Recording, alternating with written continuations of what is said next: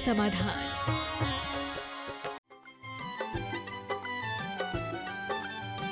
इस कार्यक्रम के पुण्यार्चक हैं श्री चंद्रसेन विनोद कुमार जैन, रामपुर वाले, VKJ projects private limited, Dehradun. स्वर्गीय श्री कैलाश चंद्र जी सेठी व स्वर्गीय श्रीमती कमला देवी सेठी, कुचील, मदनगंज, किशनगढ़ वालों की पुण्य स्मृति में सेठी परिवार व मुंबई निवासी सुपुत्र राजेंद्र सेठी, पुत्र वधू वर्षा सेठी, पौत्र शिखर सेठी, पौत्री कनुप्रिया सेठी। श्री प्रदीप जैन, श्रीमती अमिता जैन, ईटानगर, अरुणाचल प्रदेश, पुत्र केतन जैन, पुत्री Chalshi Jain, MS Raj steel, MS Raj tiles and sanitary, MS Raj electrical, nearest gate के पास, जिला पप्पुमपारे, निर्जुली, अरुणाचल प्रदेश। श्री जतिन शाह, श्रीमती डॉक्टर कल्पना जे शाह, पुत्री मुग्धा, अभिजीत शाह, डॉक्टर केतकी, तुषार शाह, पौत्र पौत्री Aadi, Aabha, Aayu, Anand Pratishthan, Anand polyclinic and Manchakshu eye hospital, Dhulia, Maharashtra. Muzaffarnagar, Uttar Pradesh. Shri RP Jain, Shrimati Mamta Jain.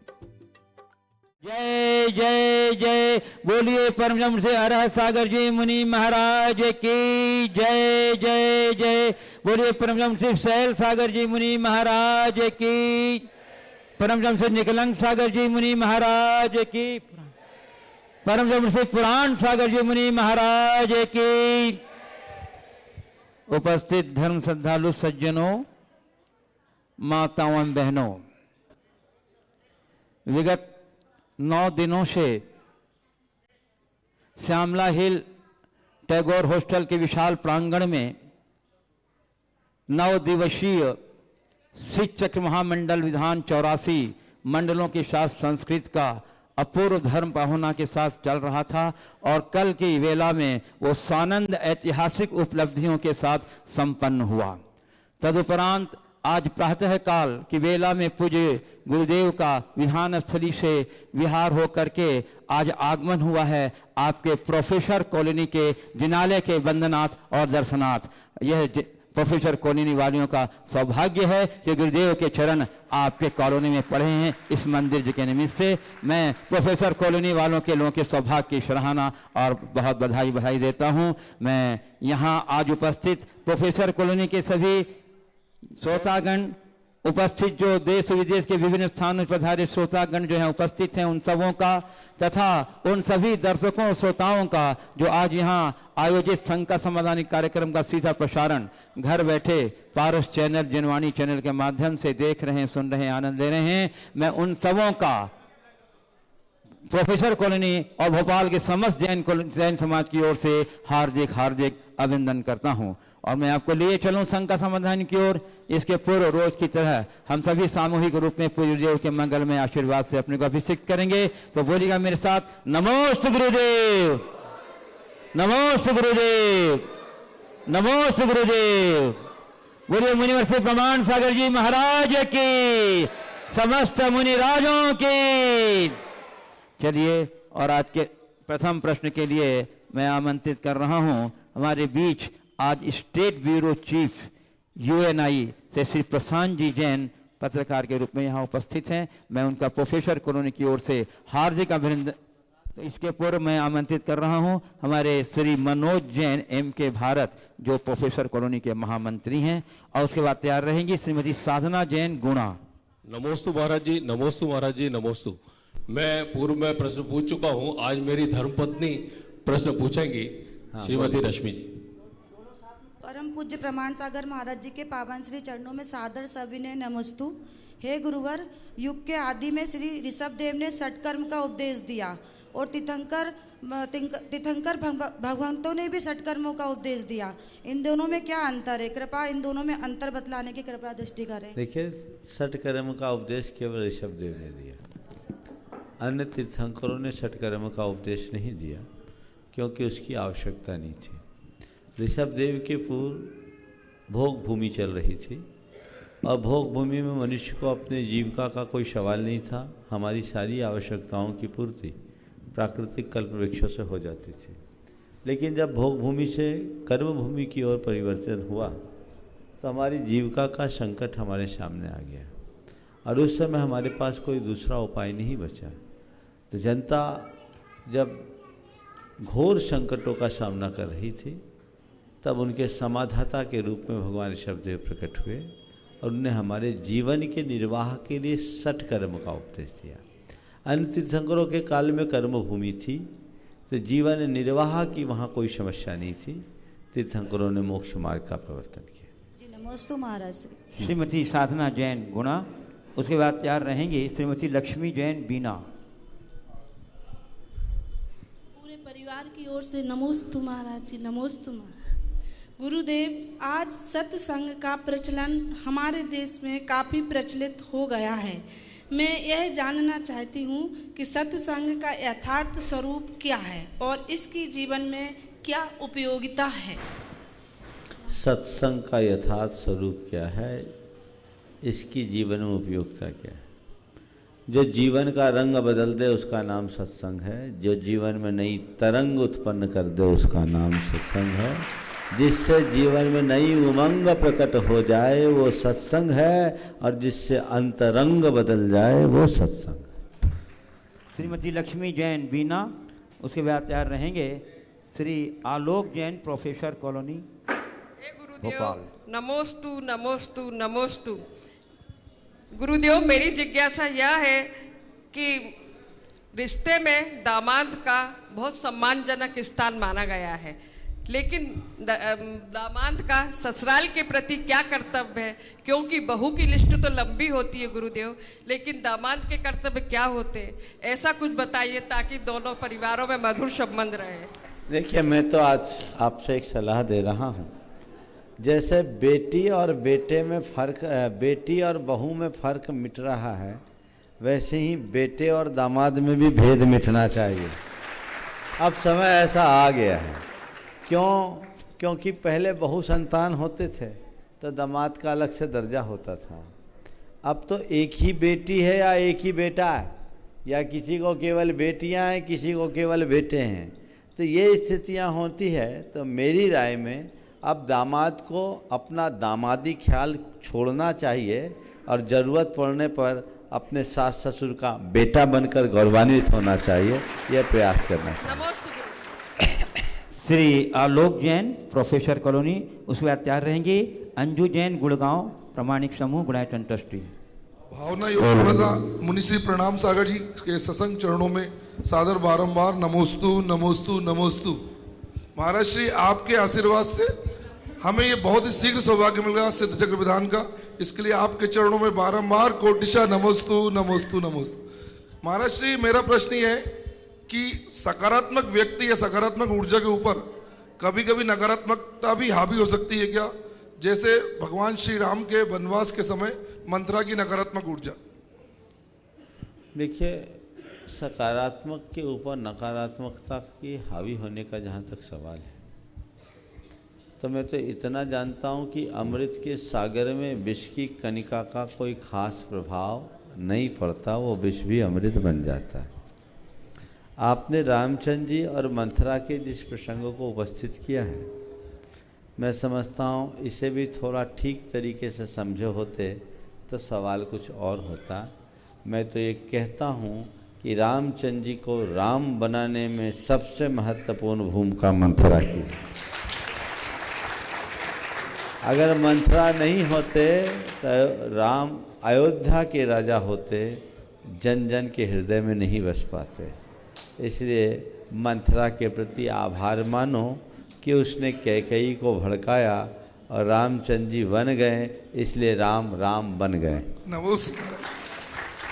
Anju Jain, Gurgaon, प्रमाणिक समूह, गुणायतन ट्रस्टी, और उसके बाद तैयार रहेंगे श्री शरद सेठी, लघु उद्योग निगम। नमोस्तु गुरुदेव, नमोस्तु महर्षि। गुरुदेव, जब भी हम अजैनों के संपर्क में आते हैं तो वो लोग बोलते हैं कि आप लोग अमृत तुल्य भोजन करते हो और एक व्यवस्थित लाइफ जीते हो, पर हम ये नहीं कर सकते क्योंकि ये बहुत कठिन है। तो गुरुदेव, हमारे प्रस्तुतिकरण में ऐसी क्या गलती हो जाती है कि नहीं ये सरल लाइफ भी कठिन लगती है? देखिए, कठिन कुछ नहीं है, कठिन केवल मान्यता की बात है। और हमें उन्हें समझाना चाहिए कि जितनी सरलता से हम जी रहे हैं आप भी जी सकते हो। जब तक हम किसी बात को स्वीकार नहीं करते तभी तक कठिनता लगती है। और आज तो ये कठिन भी लोगों को सरल लग रहा है, क्योंकि लोगों के अंदर हेल्थ कॉन्शियस दिनों दिन बढ़ रहा है और अपने स्वास्थ्य की चिंता को देखते हुए लोग अपनी दिनचर्या में बड़ा अंतर ले रहे हैं। डाइटिशियंस के परामर्श के अनुरूप अपना दोनों टाइम का मील तय कर रहे हैं, भोजन तय कर रहे हैं। तो ये कोई कठिनाई नहीं है, कठिनाई केवल समझ की है और स्वीकार की। नमस्ते गुरुदेव। श्री शरद सेठी, लघु उद्योग निगम भागल भोपाल। और उसके बाद तैयार रहेंगी ट्विंकल जैन, नागपुर। हे गुरुवर मुनि संघ के चरणों में बारंबार नमोस्तु नमोस्तु नमोस्तु। गुरुवर, आज से 3-4 दिन पूर्व पत्रकार समूह के बीच शंका समाधान के कार्यक्रम का आयोजन हुआ। उस शंका समाधान कार्यक्रम से जैन समाज के महत्व का बहुत अच्छा प्रचार प्रसार हुआ। उसमें एक महत्वपूर्ण बात यह भी रही महत्वपूर्ण बात कि पत्रकार संघ शंका समाधान के बाद आपस में ये बात कर रहे थे कि हमने बड़ी बड़ी पत्रकार वार्ताएं की, बड़े बड़े मंत्रियों के साथ की, और वहाँ पर कभी हमें डर का महसूस या सहमा हुआ महसूस नहीं किया, जो हमने गुरुवर के समक्ष अपने आप को डरा हुआ एवं सहमा हुआ महसूस किया। और उसी कुछ पत्रकार ये भी बात करते रहे कि हमें समझ में नहीं आता कि हमारे प्रश्नों का इतना अच्छा सटीक समाधान हमें प्राप्त हुआ कि हम अपने प्रश्न का उत्तर पाकर निरुत्तर हो गए। इसी से एक प्रश्न उत्पन्न हुआ महाराज श्री कि आज विज्ञान के युग में एक से बढ़कर एक आविष्कार हुए, और उसमें एक आविष्कार है गूगल बाबा और सिरी। लोग अपने मोबाइल का बटन दबाकर 1 मिनट में संसार की किसी भी प्रकार की जानकारी का उत्तर पा लेते हैं, लेकिन संसार में आज तक एक भी ऐसा आविष्कार नहीं हो पाया कि मनुष्य अपनी शंकाओं का सटीक और यथोचित समाधान तुरंत पा सके। और वो समाधान आज हमें ईश्वर की कृपा से प्रमाण सागर जी के माध्यम से यहाँ उपलब्ध है, जिससे हम धन्य हैं। तो प्रश्न यहाँ ये उठता है कि हे गुरुवर, आपके मानस पटल के कंप्यूटर में ऐसी कौन सी चिप्स या ऐप उपलब्ध है जिससे आप तुरंत इतना अच्छा शंका समाधान और सटीक उत्तर हमें कर पाते हैं? और दूसरी जिज्ञासा, आपकी आश्चर्यचकित याददाश्त से हम नतमस्तक हैं। हे गुरुवर, हम ऐसा क्या करें कि हमारी याददाश्त को कुछ हद तक या 1-2% तक ही विकसित कर पाए? कृपया मार्गदर्शन करें। बहुत सारी बातें आपने एक साथ कर दी। जहाँ तक पत्रकारों को डरने का सवाल है, तो मेरे पास तो डराने का कुछ है ही नहीं, वो क्यों डरे, उन्हीं से पूछो। ये सवाल उनसे पूछना चाहिए कि आप डरे क्यों। मैं तो बहुत सहज मुस्कान के साथ बैठा था और उनके प्रश्नों को प्रेम से सुन करके प्रेम से उत्तर दे रहा था। वो डरे क्यों हैं, ये सवाल उनसे पूछना। ये बात सही है कि पत्रकारों से वे डरते हैं जिनके अंदर कुछ कमियां होती हैं, और जो अंदर से बेदाग होते हैं उन्हें डरने की ज़रूरत नहीं होती। दूसरा सवाल आपने कहा कि निरुत्तर होते गए, तो निरुत्तर मैं नहीं करता, मैं तो व्यक्ति का समाधान करना चाहता हूँ। और जब समाधान मिलता है तो प्रश्न समाप्त हो जाते हैं। हमारा प्रयास निरुत्तर करने का नहीं होना चाहिए या निरुत्तर होने का नहीं होना चाहिए, समाधान देने और समाधान पाने का होना चाहिए। मैं केवल समाधान देने की कोशिश करता हूँ। आप कितना समाधान पाते हैं वो आपको अपने से पूछना है, ये शंका समाधान का सवाल नहीं है। तीसरा सवाल आपने पूछा कि आपके माइंड में ऐसी कौन सी चिप है जो गूगल से बढ़कर है। भैया, मैं तो एक सवाल करता हूँ, गूगल बड़ा कि गूगल बनाने वाला बड़ा? बोलो। हाँ, प्रकृति ने सबके भीतर गूगल बनाने वाले को बिठा रखा है, पर तुम उसका यूज ही नहीं जानते। अपनी क्षमता को पहचानो।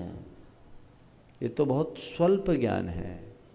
हम तुम सबके पास अनंत ज्ञान है जिसे हम जानते नहीं, उसे प्रकट नहीं कर पाते। इस स्वल्प ज्ञान पर अभिमान करते हैं। यहाँ अभिमान करने जैसा नहीं है, अपनी चेतना को जागृत करना है। हाँ, एक बात जरूर कहूँगा, दुनिया की बातों में उलझोगे तो काम की बातें याद नहीं रहेगी, और काम की बातें याद रखोगे तो व्यर्थ की बातें हावी नहीं रहेगी। अब मुझे नहीं मालूम आप लोगों को लगता है कि मुझे मेरी स्मृतियों में सब है, मैं तो इतना ही जानता हूँ कि अपने दिमाग में उसी फाइल को सेव करता हूँ जो काम की होती है और उसमें कभी वायरस नहीं लगता। हमने सिक्योरिटी के सारे ऐप्स उसमें लगा रखे हैं, समझ गए, जो संयम से ही चलता है। ट्विंकल जैन नागपुर, मैं इनके बारे में बताना चाहता हूं कि आचार्य श्री आयुर्वेद चिकित्सालय नागपुर की संचालिका हैं, एक्यूप्रेशर में एमडी हैं और गरीबों की निःशुल्क सेवा प्रदान करती हैं। एक बार इनका अभिनंदन कर दीजिए, हमारी ट्विंकल जैन नागपुर। और उसके बाद तैयार रहेंगे श्री अशोक जैन, बावड़िया कला, जैन समाज अध्यक्ष। महाराज श्री के चरणों में नमोस्तु। महाराज जी, मेरा प्रश्न है कि हम आज के मरीज को भय मुक्त कैसे कर सकते हैं और साथ ही उन्हें देसी उपचार के प्रति उनका भरोसा कैसे बढ़ाते चले जाएं? बहुत अच्छा सवाल किया है। ये सवाल हर चिकित्सक के मन में होना चाहिए। पहला इलाज तो उसका यही है कि आप उसके मन के भय को दूर कर दो और भय मुक्त करने के लिए उन्हें आप थोड़ा मोटिवेट करें। मोटिवेशन के क्रम में सबसे पहले उन्हें ये बताएं कि बीमारी कोई बड़ी चीज़ नहीं है। बीमारी तो हर प्राणी के भीतर है, जितने रोम उतने रोग, किसी की प्रकट हो जाए और किसी की अप्रकट, लेकिन बीमारी है तो उसका इलाज भी है। और तन की बीमारी के 100 इलाज है, मन की बीमारी का कोई इलाज नहीं। तो उन्हें पहले कहें कि आप अपनी तन की बीमारी को मन पर हावी ना होने दें और उनसे कहे कि आप ठीक हो जाएंगे, आशावादी बनाएं। फिर धीरे धीरे उन्हें भगवान पर आस्थावान बनाएं और आत्मा के प्रति आस्थावान बताएं। उन्हें एक वाक्य समझाएं कि जब तक आपकी आयु है कोई हिला नहीं सकता और आयु पूरी होने के बाद कोई जिला नहीं सकता। घबराइए नहीं, ये तो जीवन की नियति है, आना जाना लगा हुआ है। आप हम केवल निमित्त हैं, हम आपकी चिकित्सा कर रहे हैं। तो चिकित्सा में भी आपको सफलता तभी मिलेगी जब आपका पुण्य है, हम निमित्त हैं। और जब तक आपका पुण्य है आपको कोई दिक्कत नहीं होगी। और जब जाना होता है तो स्वस्थ व्यक्ति भी चला जाता है। इसलिए बीमार हों, अपनी मानसिकता को बीमारी से बचाने की कोशिश करें। यदि इस तरह का कुछ आध्यात्मिक मोटिवेशन मिले और उनके अंदर की सकारात्मकता को बढ़ा दें, सबसे पहले उनके बिल्कुल यही जरूरी है, सबसे बड़ा इलाज है। इसको हम मन की वैयावृत्ति कहते हैं। उनके अंदर ये विश्वास जगाना चाहिए कि कैसी भी बीमारी है वो ठीक हो जाए। और अगर असाध्य बीमारी, मान लीजिए कोई कैंसरस है, तो उसको समझाना चाहिए कि बीमारी तन की है, आत्मा की नहीं। एक दिन जाना होगा, जाएगा, लेकिन हम जाएंगे तो भगवान का नाम जपते हुए जाएंगे, साक्षी बनते हुए जाएंगे। ऐसा विश्वास जगा दे तो व्यक्ति काफ़ी कुछ ठीक हो सकता है। श्री अशोक जैन, बावड़किया जैन समाज के अध्यक्ष। उसके बाद मैं आमंत्रित करूंगा स्टेट ब्यूरो। अच्छा, इनका दूसरा सवाल और था, क्या था? देसी उपचार पे भरोसा कैसे दिलवाएं लोगों, क्योंकि इस फील्ड में हाँ बहुत अच्छा उनको बताना पड़ेगा। और इसके जो रिपोर्ट्स हैं आयुर्वेदा इसके जितने रिपोर्ट्स आ रहे हैं, जितने जर्नल्स प्रकाशित हो रहे हैं, इसके जो अद्यतन शोध हैं, उनसे लोगों को अवगत कराना चाहिए। और उन्हें बताना चाहिए कि बहुत सारे एलोपैथ के चिकित्सक भी देसी चिकित्सा की तरफ मुड़ रहे हैं, तो धीरे धीरे विश्वास हो। श्री अशोक जैन, बावड़िया कला जैन समाज के अध्यक्ष। बात रहेंगे state bureau chief UNI Shri Prashant ji Jain. मुनि संघ के चरणों में नमोस्तु नमोस्तु नमोस्तु गुरुवर। मेरी जिज्ञासा हमारे उन बंधुओं से संबंधित है जो अपनी सेवा काल के दौरान या वो युवा जो अपने शिक्षण काल के दौरान नियमित रूप से मंदिर नहीं जा सके और उनको बहुत सारे रिचुअल्स की जानकारी नहीं है। जो धार्मिक आयोजनों में जुड़े रहते हैं बहुत सारे लोग, वो भी उसी श्रेणी में लगभग आते हैं और भी इस तरह के काफ़ी जो हमारे बंधुवर हैं। आज सभी अनुकूलताएं होने के बावजूद भी वो मंदिर जाने में सहज महसूस नहीं कर पाते हैं, क्योंकि उनको रिचुअल्स, उनको ये डर लगता है कि कहीं कुछ गलत ना हो जाए। मेरी जिज्ञासा महाराज जी ये है कि ऐसे लोग जो रिचुअल्स को उतना अच्छे से नहीं जान पाते, नहीं निभा पाते हैं, वो लोग मंदिर जाने के मूल उद्देश्य को कैसे प्राप्त कर सकते हैं? इसके लिए एक प्रयोग करना चाहिए। समय समय पर ऐसे लोगों के लिए कैंप करना चाहिए और कैंप करके उनको हमें प्रशिक्षित करना चाहिए, उनके मन का भय निकालना चाहिए, तो उनका झुकाव बढ़ेगा। दूसरी तरफ जो मंदिर में नियमित पूजा पाठ में रुचि रखने वाले लोग हैं, उन्हें थोड़ी उदारता का परिचय देना चाहिए ऐसे लोगों को स्नेहपूर्वक आमंत्रित करना चाहिए और आए तो उनकी गलतियों को नज़रअंदाज करके उन्हें सिखाना चाहिए और प्रोत्साहित करना चाहिए, तो सीख सकते। महाराज जी, एक हाल अभी एक जिज्ञासा संपत जी छाबड़ा कोलकाता से आई है मोदी जी के पास। वो ये जानना चाह रहे हैं कि रिटायर्ड गृहस्थ लोग जो पापों से बचकर जीवन व्यतीत करना चाहते हैं, वो सामान्यतः अपनी सेविंग्स को बैंक या म्यूचुअल फंड में रखते हैं, पर यह कहा जाता है कि यह भी अच्छा ऑप्शन नहीं है। तो उनकी शंका यह है कि ऐसी स्थिति में उन्हें अपनी सेविंग्स को किस तरह से निवेश करना चाहिए। देखिए, सेविंग को निवेश करने का आज की तारीख में कोई बहुत अच्छा विकल्प नहीं है, लेकिन एक विकल्प है कि सेविंग न करके अपनी जो भी सेविंग है उसको कहीं इन्वेस्ट कर दें। बैंक में या म्यूचुअल फंड में इन्वेस्ट करने की जगह प्रॉपर्टी में इन्वेस्ट कर दे और किराए की रेकरिंग अर्निंग पे रहे तो ज़्यादा बेहतर है। यदि वो साफ़ सुथरी हो तो ये निर्वध कमाई है। हालांकि इसे हम बैंक या म्यूचुअल फंड में रखे हुए कमाई को पाप की कमाई नहीं कहेंगे, लेकिन यदि पूरी तरह आरंभ मुक्त होना चाहते हैं तो उसमें वो बाधा है। इसलिए इस दूसरे विकल्प को एक बेहतर विकल्प के रूप में देखा जा सकता है और उसके आधार पर रहे, लेकिन जब तक ऐसे विकल्प नहीं है मैं ऐसी सलाह नहीं दूंगा कि इधर उधर निवेश करें। नमस्ते। स्टेट ब्यूरो चीफ यूएनआई के श्री प्रशांत जी जैन और उसके बाद तैयार रहेंगे श्री रविंद्र जी जैन, पत्रकार भोपाल। नमोस्तु महाराज जी। मेरे मन में इस समय दो धार्मिक व्यवस्थाओं से संबंधित समाधान जानने की इच्छा है और एक सामाजिक व्यवस्था को लेकर। यदि आप अलाउ करेंगे तो मैं पहले दोनों धार्मिक ही पूछ लूं। आपके लिए 3 की अनुमति, बोलिए। हाँ महाराज जी, अभी सिद्ध चक्र महामंडल विधान हुआ है और उसमें जो सिद्ध भक्ति हम भी पढ़ते थे और आपके मुख से सुनी, हम बहुत प्रभावित हुए उससे, तो प्राकृत भाषा में है। तो प्राकृत भाषा के बारे में मैं विस्तार से जानना चाहता हूं ताकि हमारे जो सिद्ध चक्र महामंडल विधान के दौरान करीब 10-12 हज़ार लोग जो शामिल हुए हैं और जो टीवी चैनल के माध्यम से लाइव देख रहे थे, उस प्राकृत भाषा का महत्व समझ सकें।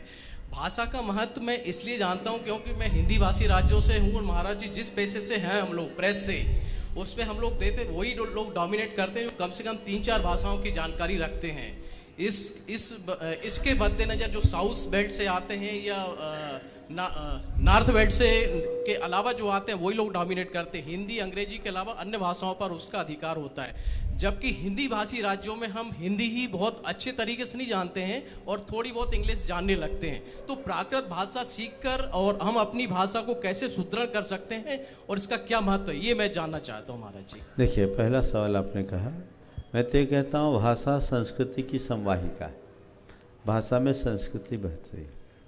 जहाँ तक प्राकृत भाषा का सवाल है, प्राकृत सबसे सरलतम भाषा है, जो प्रकृत हो, एकदम सहज भाषा हो।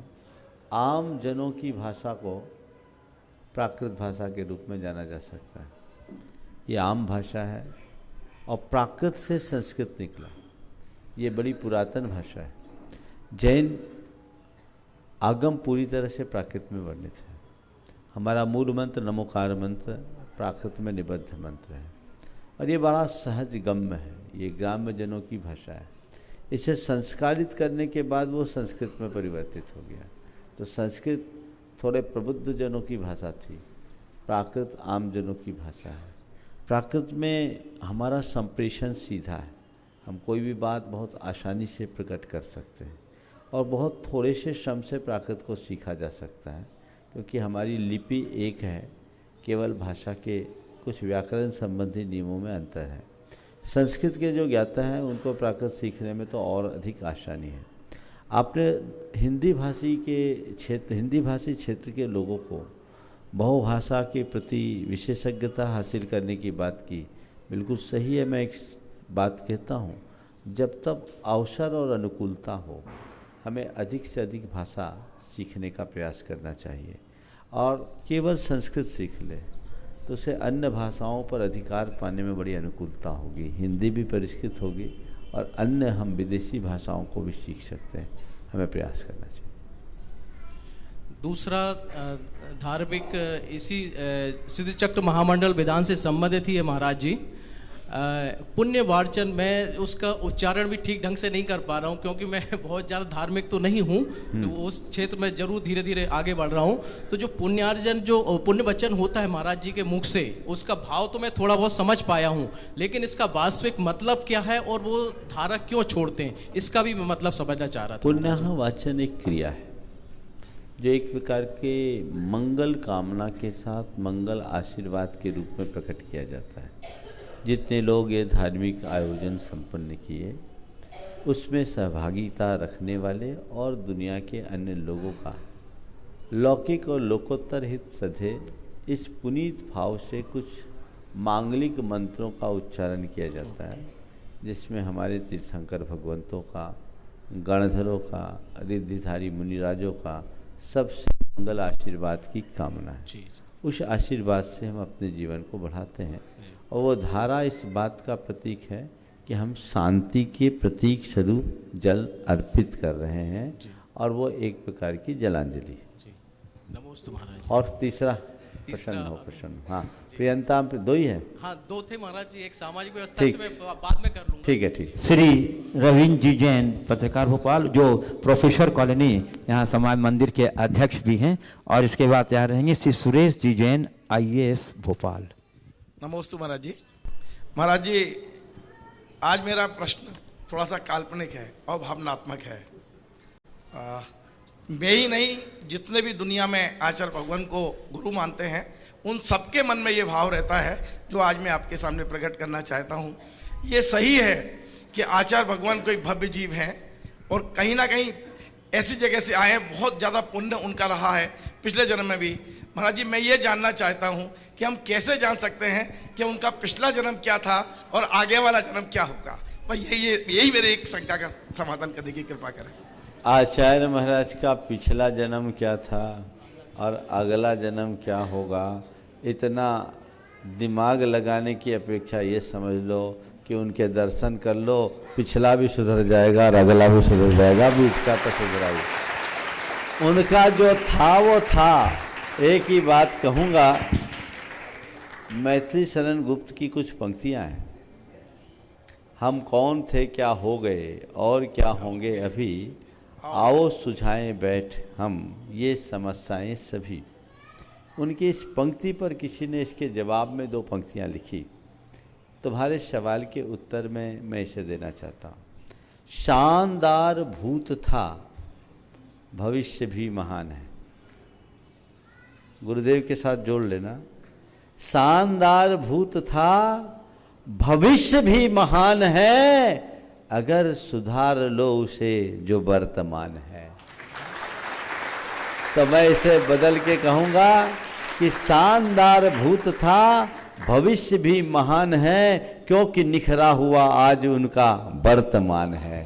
समझिए। एक छोटा सा सवाल और, यदि आप अनुमति दें। महाराज जी, हम बचपन से एक नारा लगाते रहे हैं, जैन धर्म भाई किसका है, जो पाले भाई उसका है।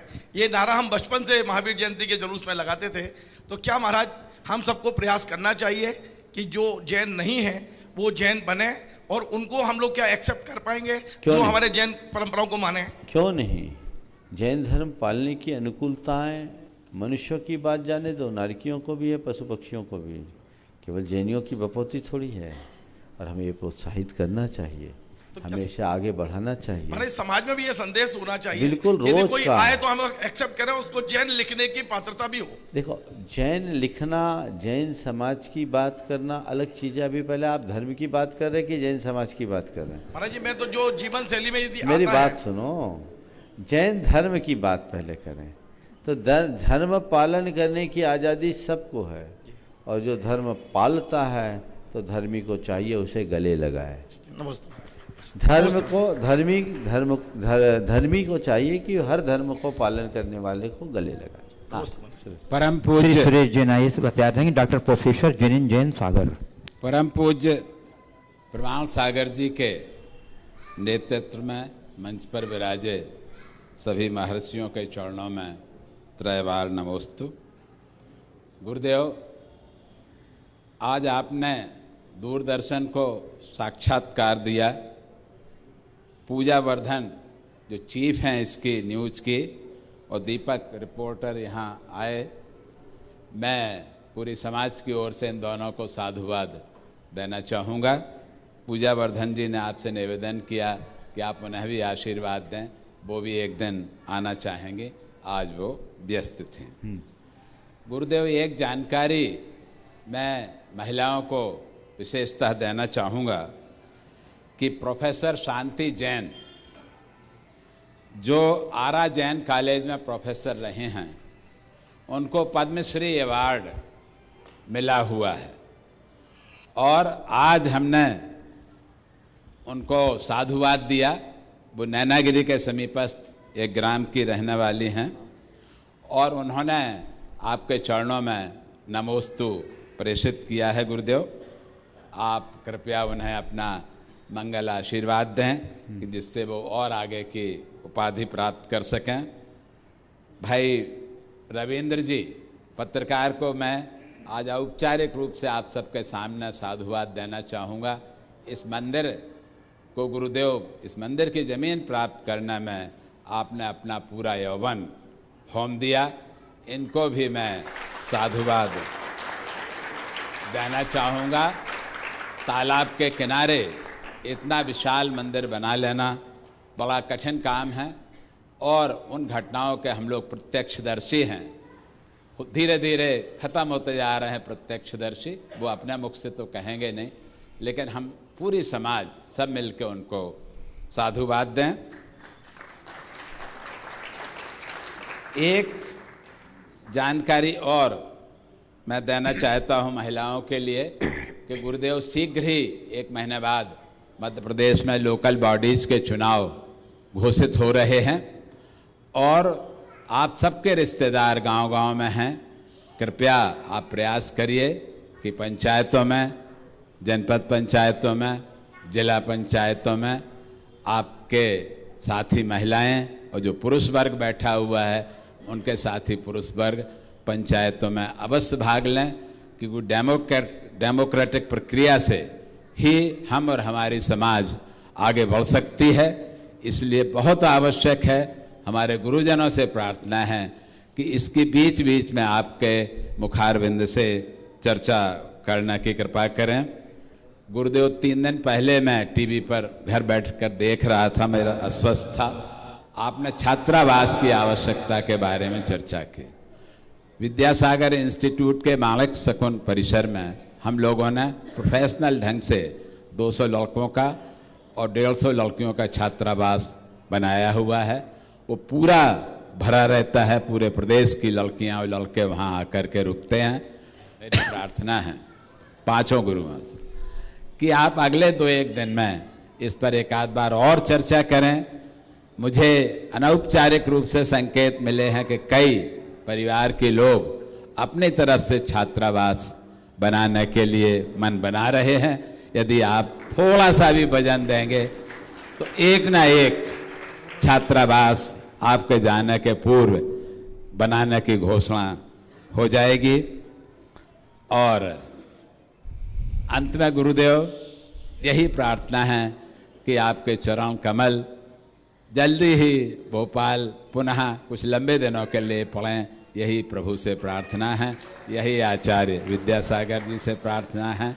बहुत बहुत साधुवाद, बहुत बहुत। आपने छात्रावास की बात की है। विद्यासागर संस्थान की परिसर में छात्रावास की बात की, वहाँ छात्रावास है, मैं देख के आया हूँ, बहुत अच्छा है। लेकिन आपको पता है कि वहाँ की सारी योजनाएं अभी अंडर प्रोसेस है। अभी हाईकमान का अप्रूवल होने दीजिए, आप चिंता मत कीजिए, जो चाहेंगे सो होगा। लेकिन पहले ठोस योजना बनाइए। आप लोग ने अपनी प्रतिबद्धता प्रकट कर चुके हैं, प्रतिबद्धता जाहिर की है कि जैसा गुरुदेव का निर्देशन होगा हम लोग करेंगे। और मुझे लगता है कि भोपाल के समाज के गौरव और गरिमा के अनुरूप हमारी समाज के हित में वहाँ बहुत कुछ अच्छा होने वाला है। समय की प्रतीक्षा कीजिए और जो लोग भी वहाँ कुछ अच्छा करना चाहते हैं अपना मन बना के रखें, जैसे इशारा मिले लग जाए। डॉक्टर प्रोफेसर जिनेन्द्र जैन सागर उपाध्याय रहेंगे। श्री सील चंद जैन, अवकाश प्राप्त उप महाप्रबंधक, union bank of India, Kasturba Nagar, Bhopal. पूज्य मुनिश्री को नमोस्तु। महाराज जी, मेरा एक प्रश्न है। आजकल पूरे देश में चल रहा है कि हम इतिहास को पुनर्व्याख्यात किया जाए या पुनर्लेखन किया जाए, तो आखिर वो एक इतिहास में एक अपनी दृष्टि होती है और एक अपनी दृष्टियों का इतिहास होता है। तो आखिर भारतीय दृष्टि कौन सी है जिससे इतिहास लिखा जाना चाहिए और जिससे हमारा इतिहास भी सुरक्षित रहे और हमारी अपनी परंपरा भी सुरक्षित रहे? बहुत अच्छी बात आपने कही। ये विडंबना है कि भारत के इतिहास को ठीक तरीके से नहीं लिखा गया। जो भी इतिहास लिखा प्रायः ब्रिटिश उपनिवेशी मान्यता से प्रभावित लोगों ने लिखा या वामपंथी विचारधारा से ग्रसित लोगों ने लिखा। मुझे तो लगता है कि एक बहुत बड़ा सांस्कृतिक हमला हुआ है हमारे इतिहास को विकृत तरीके से प्रस्तुत करके। मुझे ये भी लगता है कि मुग़लों और अंग्रेज़ों ने हमारा जितना नुकसान नहीं किया, उससे ज़्यादा नुकसान तथाकथित उन बुद्धिजीवियों ने किया जिनने हमारा इतिहास लिखा। क्योंकि उन्होंने हमारा नुकसान किया तो हमारे देश की आर्थिक स्थिति को या सामाजिक स्थिति मात्र को बिगाड़ा, लेकिन इन लोगों ने तो हमारी संस्कृति को ही विकृत कर दिया, हमारा इतिहास ही उलट दिया। और किसी भी परंपरा को इतिहास को बिगाड़ देना ये सबसे बड़ा अपराध है और ये सबसे बड़ा प्रहार है।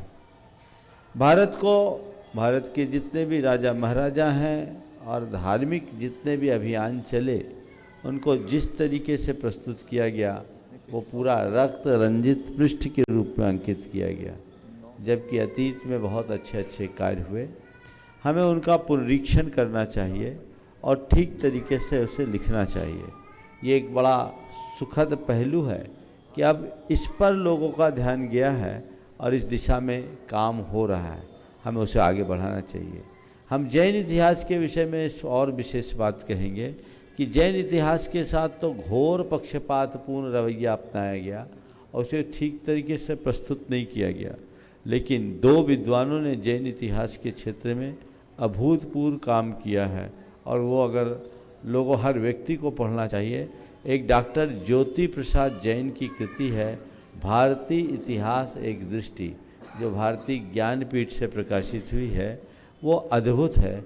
उन्होंने जैन इतिहास में के माध्यम से, भारतीय इतिहास के माध्यम से कुछ ऐसे अछूते पहलुओं को उद्घाटित किया है जिसे हमारे इतिहासकारों ने या तो अनदेखा किया है या उपेक्षित। इसी प्रकार डॉक्टर केसी जैन, उज्जैन वाले, उन्होंने जैन धर्म का इतिहास 3 खंडों में अभी प्रकाशित किया है। हिंदी और अंग्रेजी दोनों भाषाओं में अनुदित है।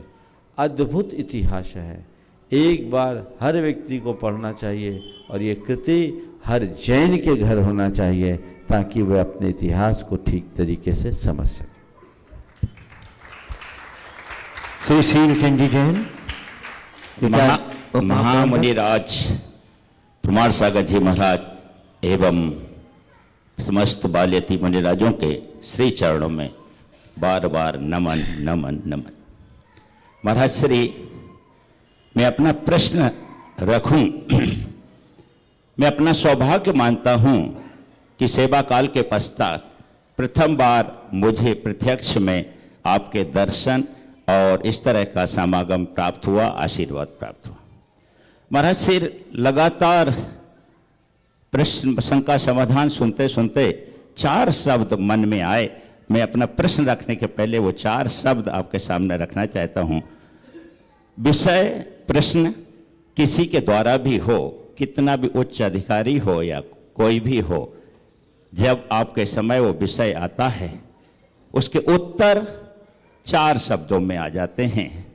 बहुत सहजता से उत्तर मिलता है, बहुत सकारात्मक उत्तर मिलता है, बहुत सुस्पष्ट उत्तर मिलता है और बहुत ही संतुष्टिदायक उत्तर मिलता है। महाराज श्री, ये प्रताप है आपकी आभा और इस सब समागम का सवाल कर। महाराज श्री, मेरा सवाल है, आज के समय में मस्तिष्क, माहौल और मानस के बीच का तारतम्य क्रमशः टूटता सा जा रहा है। क्या यह वैश्वीकरण की देन है महाराज श्री? नमोस्त। बहुत अच्छा सवाल है। मस्तिष्क का माहौल और मानस के बीच का तारतम्य टूट रहा है, क्या ये वैश्वीकरण की देन है? किसी अर्थ में हम ऐसा कह सकते हैं, क्योंकि ये बात यथार्थ है कि माहौल का हमारे मानस और मस्तिष्क से बड़ा गहरा संबंध है। मस्तिष्क भी माहौल से प्रभावित होता है जी, और मानस भी माहौल से प्रभावित होता है। और वैश्वीकरण के कारण जिस तरह से उपभोक्तावाद की वृद्धि हुई है, उसने पूरे माहौल को बदला है, तो संतुलन बिगड़ गया। एक समय था जब देश में आध्यात्मिक माहौल था, लोगों की दृष्टि आत्मा के साथ जुड़ी हुई थी। उस घड़ी में हमारा मस्तिष्क और मानस दोनों में अच्छा जुड़ाव था, और मन और मस्तिष्क के साथ संतुलन बना करके जीने के कारण उस घड़ी में हमारे साथ दुविधाएं कम होती थी जी। अब माहौल ऐसा हो गया कि पूरी तरह से हमारी सोच पदार्थ केंद्रित हो गई। पदार्थवाद केंद्रित सोच हो जाने के कारण मन कुछ कहता है, मस्तिष्क कुछ कहता है, हर व्यक्ति तनाव में जीता है। इसलिए हमें आज फिर से उस अध्यात्मवाद को विकसित करने की ज़रूरत है, जो हमारे मन और मस्तिष्क दोनों को संभालने में सहायक बने। नमोस्तु महाराज जी, नमोस्तु महाराज। श्री भोला सेन, फोटोग्राफर, महाराजपुर। और उसके बाद तैयार रहेंगे श्री पदम जी सेठी, कोषाध्यक्ष, प्रोफेसर कॉलोनी। नमोस्तु गुरुदेव, नमोस्तु गुरुदेव। हे गुरुदेव, मेरी शंका तो कोई नहीं है, लेकिन मुझे भाव में जैन कुल मिले और भाव से पार होने के लिए क्या प्रयास करना चाहिए, आप बताएं गुरुदेव। देखिए, भाव में जैन धर्म मिले, जैन कुल मिले, उसके लिए क्या करना चाहिए? कुछ नहीं, सेन तो हो गए, जैन बनना है। जी महाराज। तो सेन से जैन बनने के लिए क्या करना है? कुछ नहीं करना है। अपने मन को शुभ संकल्पों और समर्पण से जोड़ लो, हृदय में श्रद्धा भर लो, तो अगले भाव में जैन क्या, कर्म से इसी भाव में जैन बन जाओगे। समझ गए? अपने आचार विचार को बदलो, तुम्हारा सौभाग्य है। जिस रास्ते को पकड़ो उसी पर आगे चलो। श्री पदम जी सेठी, कोषाध्यक्ष, प्रोफेसर कॉलोनी। तैयार रहेंगे श्री महेश चंद जैन, भोपाल। गुरुवार के चरणों में नमोस्तु, नमोस्तु, नमोस्तु। गुरुवार, मेरा एक प्रश्न बड़ा जिज्ञासा भरा है। प्राय सभी जैन प्रतिदिन देव दर्शन करने के लिए मंदिर जाते हैं अथवा जाने का प्रयास करते हैं, और ये भावना लिए मंदिर में जाते हैं कि मेरा मंगल हो अथवा कल्याण हो। साथ ही ये भी भावना मंदिर में रखते हुए जाते हैं। हर व्यक्ति कहीं न कहीं किसी न किसी रूप से सुखी अथवा दुखी है, और मंगल कामना के लिए ये प्रार्थना करता है देव से कि हे प्रभु, मेरा ये कार्य हो जाए, सफल हो जाए, मैं सफल हो जाए तो मैं अमुक कार्य मंदिर में करवा दूंगा, अथवा कुछ पैसा गोलक में डाल दूंगा, या कुछ भी जो भी कर लूंगा।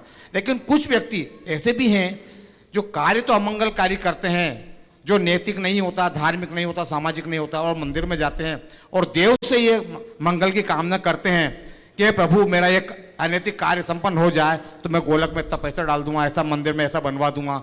तो ऐसे में प्रभु, ऐसे लोगों के लिए आप क्या संदेश देना चाहते हैं, और उस व्यक्ति को किस पाप और पुण्य का बंध होगा? बहुत अच्छा सवाल किया। 4 शब्द है। प्रार्थना, कामना, याचना और भावना। भावना, प्रार्थना, याचना, कामना, याचना। जब हम भगवान के सामने जाएं तो प्रार्थना भरे शब्द लेकर के जाएं, भावना से भर करके जाएं। अगर कोई व्यक्ति भगवान के मंदिर में सारे संसार के मंगल की कामना लेकर के जाता है, या सबके हित की भावना से भर करके जाता है, तो बहुत अच्छी बात है। मंदिर आप जाइए याचना भरा चित्त लेकर मत जाइए। प्रार्थना और याचना में अंतर है। अपनी भावना को प्रकट करते हुए स्वयं को समर्थ बनाने की कामना करना प्रार्थना है, और अपनी असमर्थता को प्रकट करते हुए कुछ मांगना याचना है। प्रार्थना करने वाला भक्त होता है और याचना करने वाला भिखारी कहलाता है। भगवान के दरबार में भक्त बन करके जाओ, भिखारी बन करके नहीं। जो लोग इस तरह के कृत्य करते हैं वो कतई उचित नहीं। हम भगवान के चरणों में जाएं और कोई प्रार्थना का भाव लेकर के जाएं, उसमें कोई बुरा नहीं है, वो होना चाहिए। याचना का भाव मन में नहीं होना चाहिए। साथ ही आपने जो बात कही, अनैतिक कृत्यों के लिए भी भगवान से कहते हैं भगवान हमारा ये काम हो जाए तो हम ये करेंगे, यानी भगवान को भी रिश्वत दे रहे हैं। अरे जब ईमानदार अधिकारी भी रिश्वत नहीं लेता तो भगवान तुम्हारे अनैतिक कृत्यों पर अपनी मुहर कैसे लगाएंगे? ये तो एक प्रकार का ज्ञान है, ये भगवान के साथ धोखा है। ऐसा कृत्य नहीं होना चाहिए, और ऐसे लोग भगवान के सच्चे भक्त कहलाने के अधिकारी नहीं। नमस्ते। श्री महेश चंद जी जैन भोपाल उपाध्याय रहेंगे। जैन इंजीनियर सोसाइटी के प्रेसिडेंट श्री प्रमोद कुमार जैन, हैदराबाद चैप्टर। समस्त महाराज को त्रिवार मेरा नमोस्तु नमोस्तु नमोस्तु। महाराज, एक शंका का समाधान तो आपने मेरा करवा दिया है। एक छोटी सी समाज प्रश्न है जो अभी मेरे दिमाग में आया है, मैं आपसे पूछना चाहता हूँ। निमित्त और उपादान में किसका महत्व ज़्यादा है? निमित्त और उपादान में किसका महत्व ज़्यादा है? आप अपनी बात कर रहे हैं ना, तो आपके हाथ में माइक भी है, आपका गला भी है, और आपके अंदर के भाव भी हैं, है ना? आप अपनी बात को कैसे प्रकट कर पा रहे हैं? माइक के माध्यम से। माइक के माध्यम से। गले के माध्यम से। माइक और गला क्या है? निमित्त है। इसके बिना आप अपनी बात प्रकट नहीं कर पाएंगे। लेकिन गला भी ठीक हो, माइक भी ठीक हो, अंदर भाव ही नहीं हो तो समझ में आ गई बात? अब और कुछ समझाओ। तो मूल उपादान है, लेकिन मेरे अंदर कितने भी अच्छे भाव हों, गला काम न करे, माइक नहीं हो तो बोल सकता हूँ क्या? नहीं बोल सकता। तो निमित्त और उपादान में परस्पर मैत्री है। निमित्त उपादान को उभारता है। समझ गए? नमस्ते महाराज। Shri Pramod Kumar ji Jain, president Jain engineer society, Hyderabad chapter. उसके बाद तैयार रहेंगे श्री निर्मल जैन, श्रीमती शशि जैन, टीकमगढ़, मध्य प्रदेश। नमस्ते महाराज।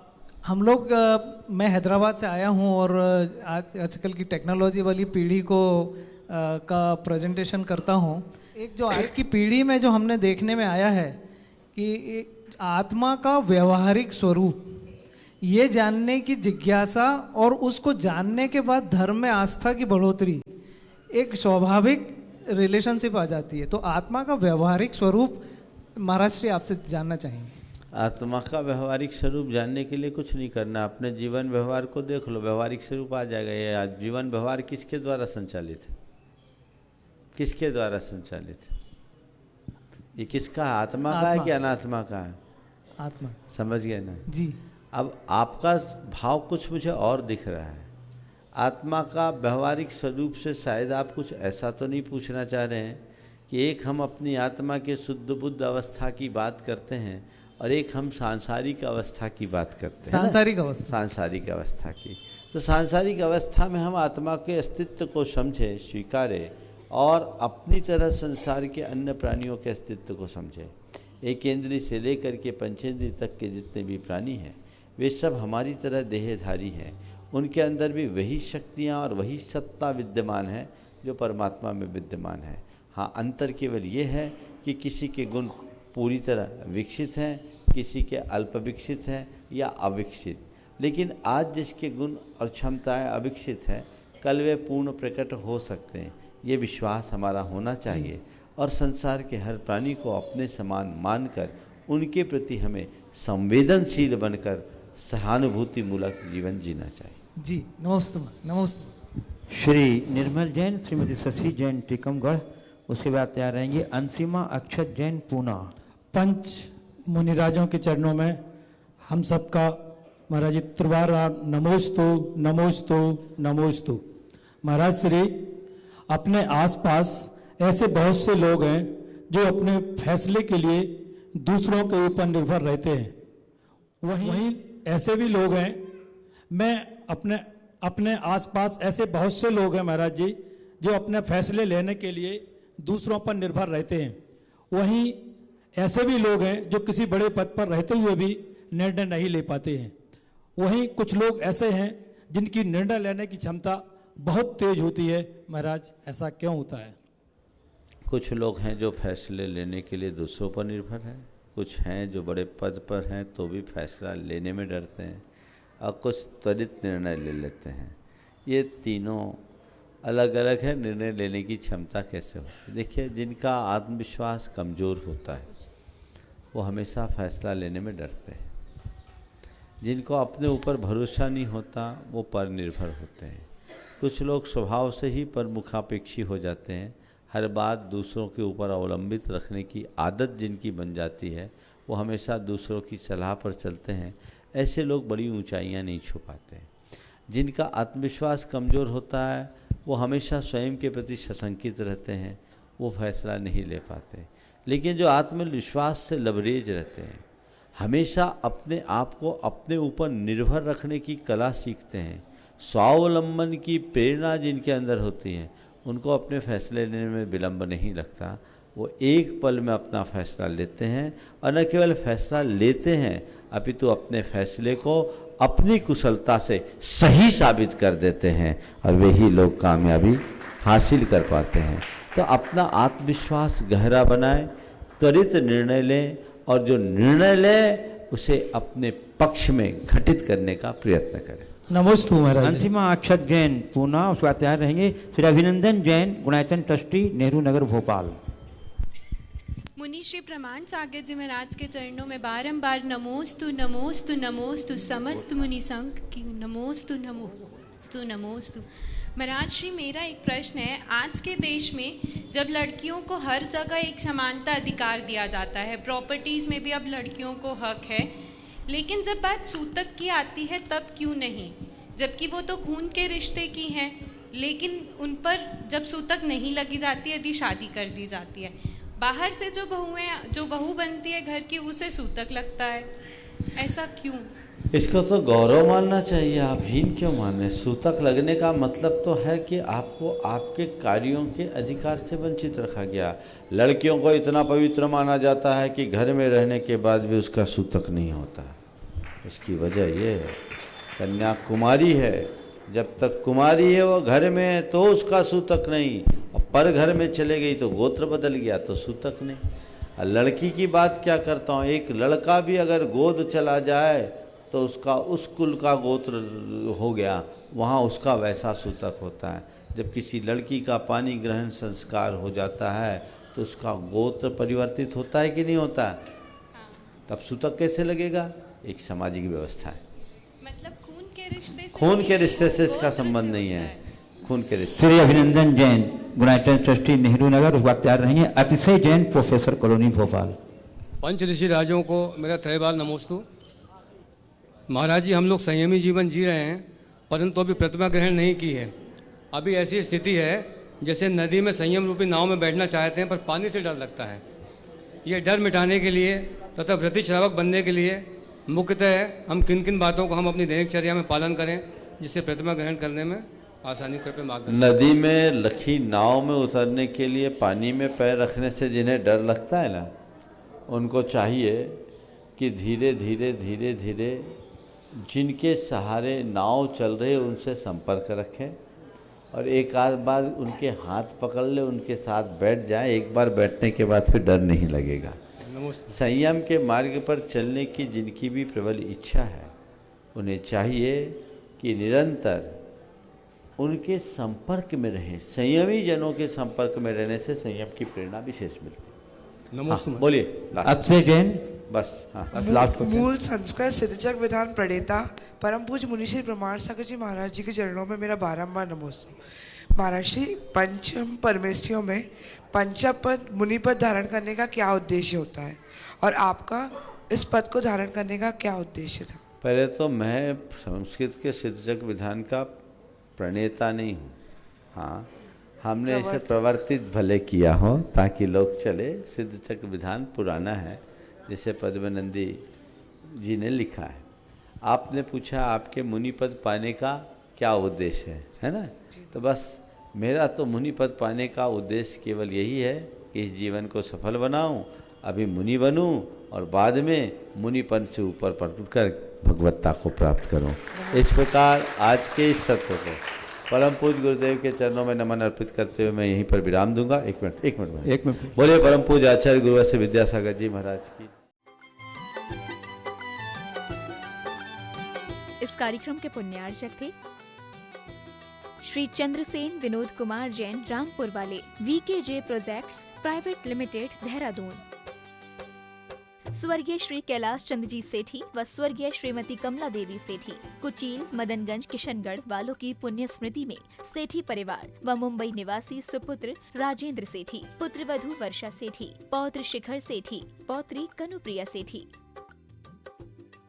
श्री प्रदीप जैन, श्रीमती अमिता जैन, ईटानगर, अरुणाचल प्रदेश, पुत्र केतन जैन, पुत्री Chalshi Jain, MS Raj steel, MS Raj tiles and sanitary, MS Raj electrical, nearest gate के पास, जिला पप्पुमपारे, निर्जुली, अरुणाचल प्रदेश।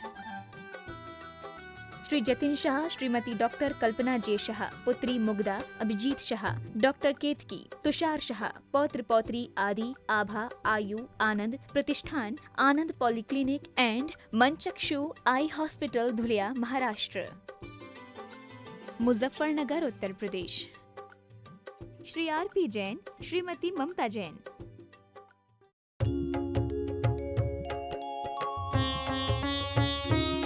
शक का समाधान।